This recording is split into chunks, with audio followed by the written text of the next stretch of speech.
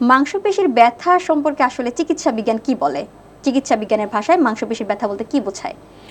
ধন্যবাদ। আসলে আমরা ব্যথা তো একটা অনুভূতি, যেটাকে আমরা বলি সেনসেশন, যেটা আমরা যেমন অনেক ধরনের সেনসেশন আছে, তার মধ্যে ব্যথা অন্যতম।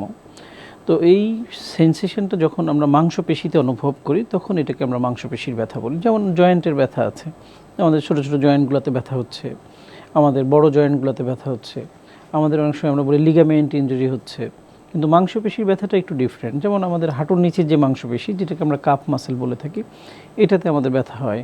আমাদের থায়ের পিছনে যে মাংসপেশি আমরা হ্যামস্ট্রিং বলি, সেটাতে অনেক সময় ব্যথা হয়।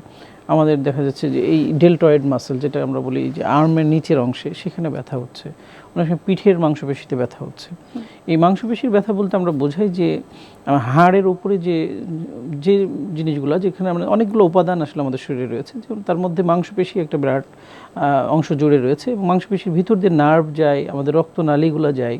তো এই মাংসপেশির ব্যথাটা সাধারণত আমরা ওইভাবে আলাদাভাবে চিন্তা করি না। আমরা হয়তো বলছি আমার হাতে ব্যথা হচ্ছে, আমার পায়ে ব্যথা হচ্ছে, আমার কোমর ব্যথা হচ্ছে, কিন্তু সেই ব্যথার কারণগুলা নির্ণয় করতে গেলে তখন দেখা যায় যে এটা কি নিউরোলজিক্যাল কারণে হচ্ছে, নাকি মাংসপেশির কারণে হচ্ছে, নাকি আর্টারি বা ভেইনের কারণে হচ্ছে।